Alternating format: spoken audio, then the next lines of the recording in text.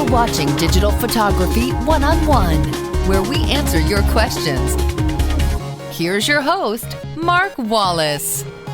I've been getting a lot of questions in my email lately, and I really appreciate that. A lot of you have been asking me about lighting ratios, and so that's what we're going to focus on in this episode. So what is a lighting ratio? Basically, a lighting ratio is the difference in brightness between the key light and the fill light. For example, if we wanted to have really nice, soft, even lighting, we would use a lighting ratio of 1:1. In other words, the brightness from the key light would be exactly the same as the brightness from the fill light. So let's take a closer look at that. In a 1:1 light ratio, the light from our key is the same as the light from our fill. If our key light metered at f8, then our fill would also meter at f8. A 2:1 light ratio means that the key light is twice as bright as our fill light. This is a difference of one full stop. If our key light metered at f8, then our fill light would need to meter at 5.6, a one-stop difference. A 4:1 light ratio means that the key light is 4 times as bright as our fill light. This is a difference of 2 full stops. If our key light metered at f8, then our fill light would need to meter at f4, a 2-stop difference. Okay, well that was cool. So let's review. A 1:1 lighting ratio has the same output between both lights. A 2:1 lighting ratio has a one-stop difference between the lights. A 4:1 lighting ratio has a 2-stop difference between the lights. And an 8:1 lighting ratio has a 3-stop difference between the lights. So why does any of this matter? Well, lighting ratios help us to be consistent in our work as photographers. So if we want to have flat light, we'd use a 1:1 lighting ratio. If we want to do some really cool portrait work, we would use a 2:1 lighting ratio. And if we wanted to have some really highly dramatic lighting, we'd use an 8:1 lighting ratio. The higher the ratio, the higher the contrast. Now, I want to give you a demonstration of some of these lighting ratios, but before I do, let me give you a reminder of some really important things. The position of your lights will make a dramatic impact on the contrast of your image. To get the maximum effect of your light ratios, make sure your lights are at an angle of 45 degrees or more from your camera. The greater the angle, the greater the contrast. For this episode, I've asked Megan to join us. Welcome, Megan. And for the demonstration, I've decided to keep things very simple. So what I have is 2 monolights. And each monolight I've already set up to have it set to full power, and each one has a large softbox on it. Now, to make sure that things look great, I've set both of our lights up to about a 45-degree angle from the camera. So now that everything is set up, the only thing we need to do is meter and take the shot.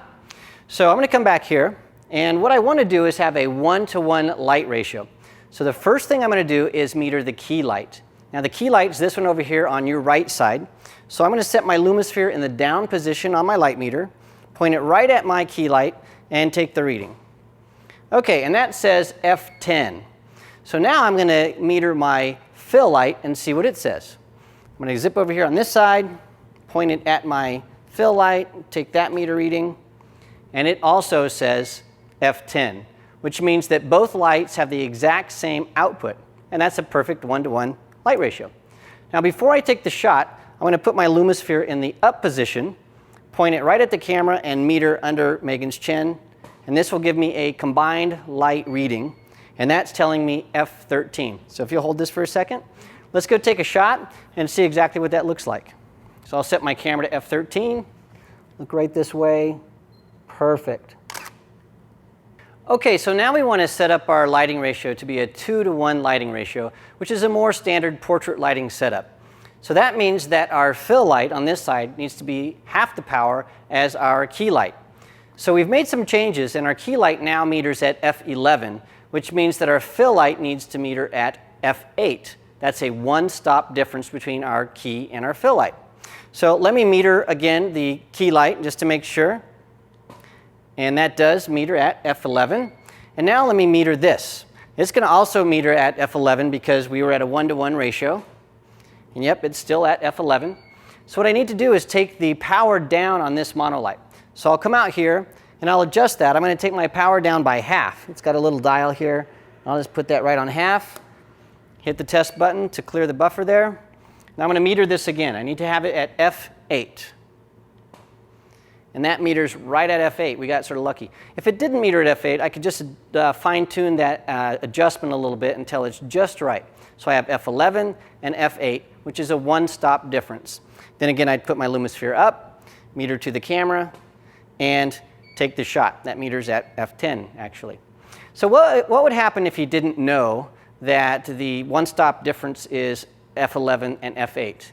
If you don't happen to have that table memorized in your head, which I don't, the Seikonic light meters have this really nice feature, and I want to show you how to do that. So to do this, what you can use is you can use this, it's the average or the delta EV button. To meter this, what you would first do is take a meter reading of your key light. So when I meter this, I have that set. Then I'll push the average button, and that stores it in memory.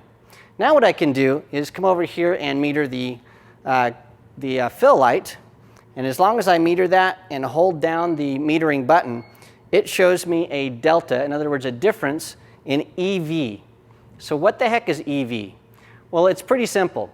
A number of 1 EV is a one-stop difference. If you see a 2 EV, that's a two-stop difference, and so on. So it's really easy to see if you have a one-stop, two-stop, three-stop, or whatever difference between your key and fill light by using this difference mode on your Seikonic light meter. So this is telling me that I have a -1 EV reading. In other words, I have a one-stop difference between my key and fill light. So once I have that, I'll hit the average button again to clear that out, point this right at my camera, meter, and it tells me exactly what I need to set my camera to, and I can take the shot. It's pretty cool. So let me show you all these light ratios now that we know how to meter, and we're going to step you through 1:1, 2:1, 4:1, and an 8:1 light ratio setup, just so you know exactly how they look. You ready? All right, let's get going.